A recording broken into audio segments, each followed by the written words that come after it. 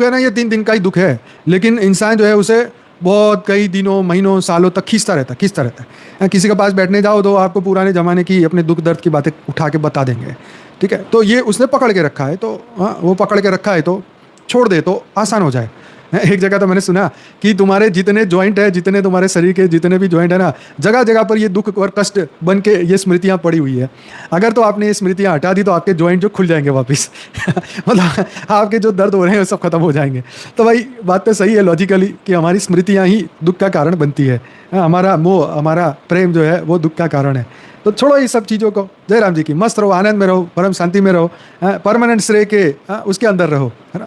तो यही मुक्ति का कारण है। भगवान ने भी यही बोला है कि सबको त्याग कर मेरी शरण में आ अर्जुन। इसलिए तू कहा कि तू अपना मन ही दे दे, क्योंकि तेरा मन तुझे चैन नहीं देने देगा। तो दफा कर इस मन को, तू छोड़ दे इस मन को, तू मुझे दे। भाई कुछ कह रहे हैं कि बापूजी से क्वेश्चन पूछिए, क्या यूएस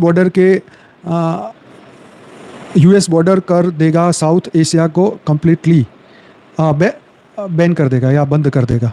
बांग्लादेश, म्यांमार, मालदीव, श्रीलंका में आतंक मचाकर तख्तापलट कर चुका है यूएसए।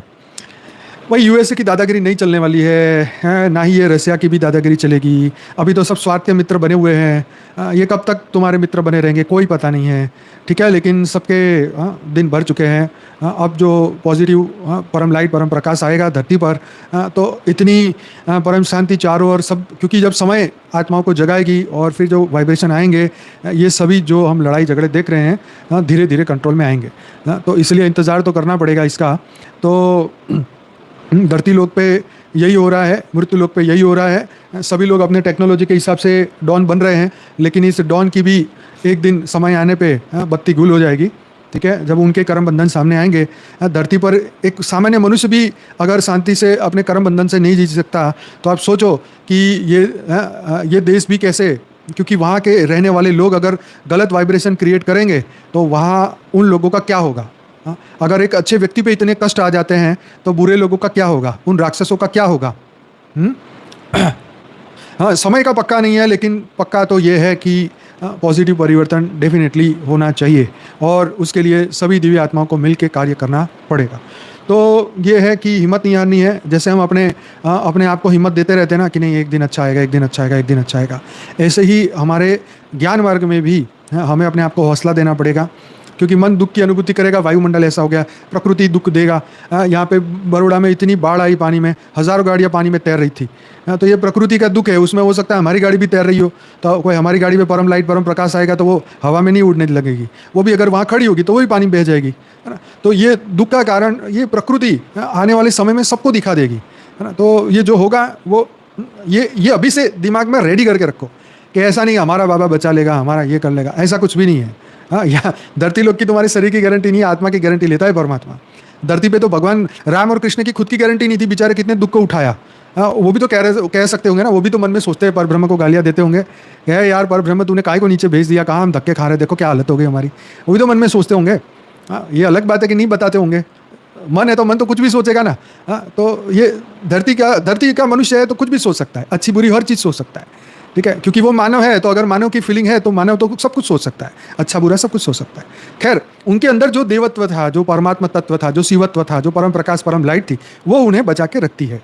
आज भी जो दिव्य आत्माएं हैं उनके अंदर वो परम लाइट परम प्रकाश ने बचाया हुआ है, वो उसे बुरा होने नहीं देती।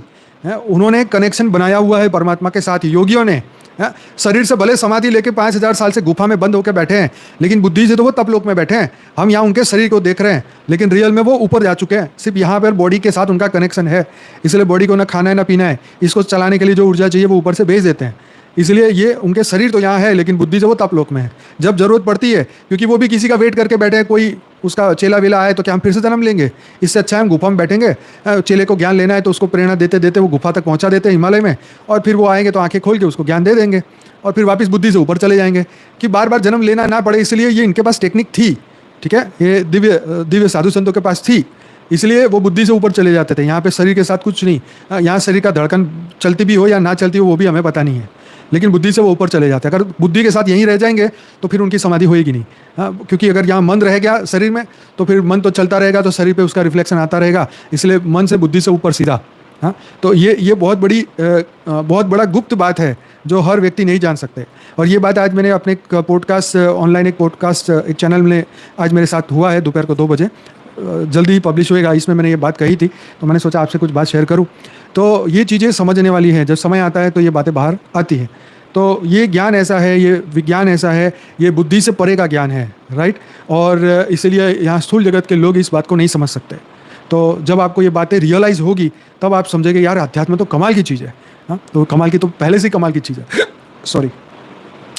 तो हाँ, हमने बुद्धि से, माया से हमने ये चीज़ों को सत्य समझा है, माया को सत्य समझा है, लेकिन रियलिटी में आत्म तत्व, आत्मा की पावर ही सब कुछ है।